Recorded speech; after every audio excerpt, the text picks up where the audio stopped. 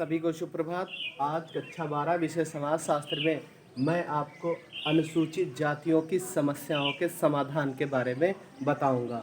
अनुसूचित जातियां या हरिजन, अस्पृश्य, इन्हें कई नामों से जाना जाता है। ठीक है, इनकी समाज में बहुत ज़्यादा समस्याएं रही हैं। आए दिन इनकी समस्याएं हम सभी के सन्मुख आती हैं। तो भारतीय संविधान ने इनकी समस्याओं के निदान के लिए वो कौन से प्रयास किए हैं, कौन से कार्य किए हैं, किस तरीके से इनके सामाजिक जीवन में सुधार लाए गए हैं, उनके बारे में मैं आपको इस वीडियो के माध्यम से बताऊंगा। इसके बारे में अनुसूचित जातियों के बारे में।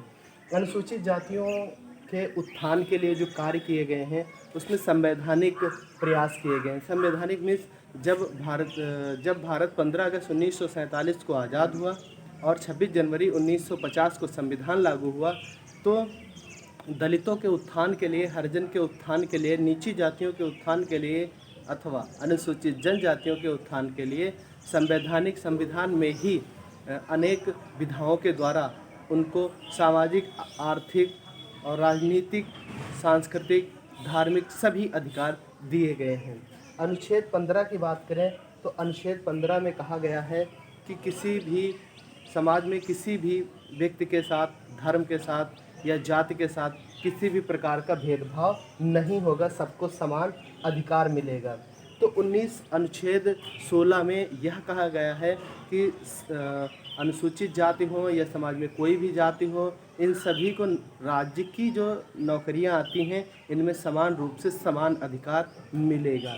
इसी के साथ अगर हम देखते हैं तो संविधान में और भी प्रयास किए गए हैं। अनुच्छेद 17 में कहा गया है कि किसी भी अनुसूचित जाति, जनजाति के साथ किसी भी तरीके का अस्पृश्यता जैसा भेदभाव या व्यवहार नहीं किया जाता है।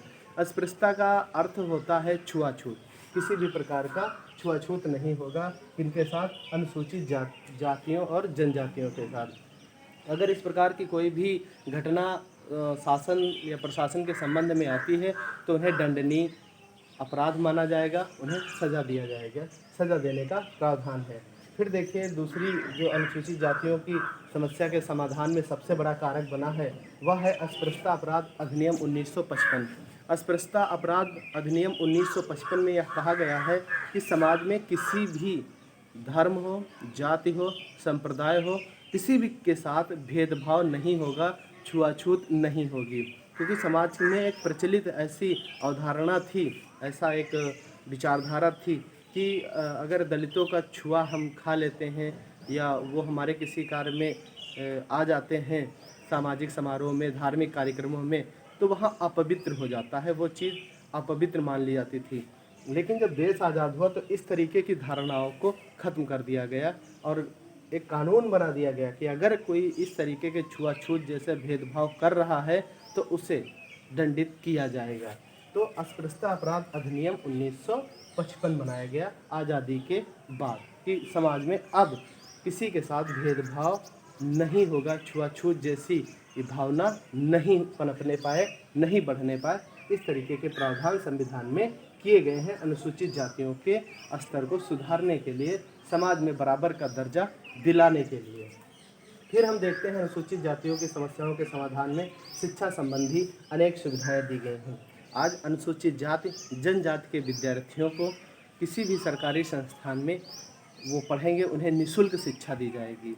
रहने के लिए निःशुल्क हॉस्टल दिया जाएगा, पुस्तक पढ़ने के लिए उन्हें पुस्तकालय का निःशुल्क कार्ड बनाया जाएगा और तमाम तरीके की जो शिक्षा संबंधी सुविधाएं हैं, छात्रवृत्ति है, प्रोत्साहन राशि है, ये सारे तमाम तरीके के प्रयास अनुसूचित जातियों की समस्याओं को सुधारने के लिए शिक्षा संबंधी सुविधाओं के अंतर्गत दिए गए हैं कि अनुसूचित जातियों और जनजातियों के बालक पढ़ें और आगे बढ़ें, समाज में समानता और देश के कल्याण में अपना अहम योगदान दें। फिर हम देखते हैं कि अनुसूचित जातियों की समस्याओं और समाधान में अगला प्रयास क्या है। तो अगला प्रयास संवैधानिक स्तर से देखें तो राजनीतिक प्रयास है।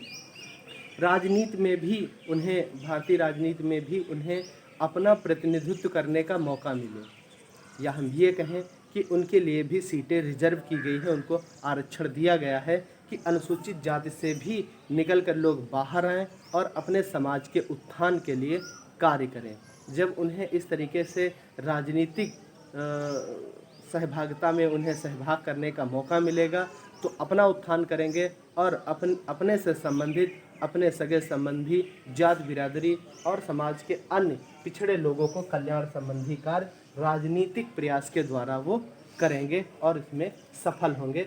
समाज में समानता का स्तर आएगा या बराबरी होगी। फिर हम बात करते हैं कि अनुसूचित जातियों की समस्याओं के समाधान में अन्य संगठनों का क्या योगदान रहा है। तो हम बात करें अगर अन्य संगठनों में, तो रामकृष्ण मिशन है, ठीक है, ईश्वर शरण सदन है, और गांधी जी ने व स्वयं विवेकानंद जैसे महापुरुषों ने इनके उत्थान संबंधी हरिजन संबंधी संगठन बनाए। गांधी जी ने हरिजन पत्रिका भी संपादित किया, ठीक है।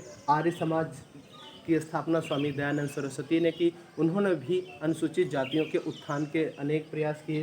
राजा राम मोहन राय का अगर हम नाम लें तो वो भी बहुत ज़्यादा प्रयास किए हैं, ठीक है। ईश्वरचंद्र विद्यासागर जी ने भी अनुसूचित जातियों और के उत्थान में अपना अहम योगदान दिया है। तो समय समय पर अनेक महापुरुषों ने समाज में समानता का बीज बोने के लिए अपना अथक प्रयास किया है। आज इसी प्रयास का प्रतिफल है कि अनुसूचित जातियों को भी समानता से, स्वाभिमान और सम्मान से जीने का अधिकार मिला है। तो ये वीडियो आप जो हमने भेजा है दे रहा हूँ आपको, इसे अपनी कॉपी पे आप नोट कर लेना और जिस क्रम में मैं पढ़ा रहा हूँ उसी क्रम में आप इसको कॉपी पर लिखते भी जाना।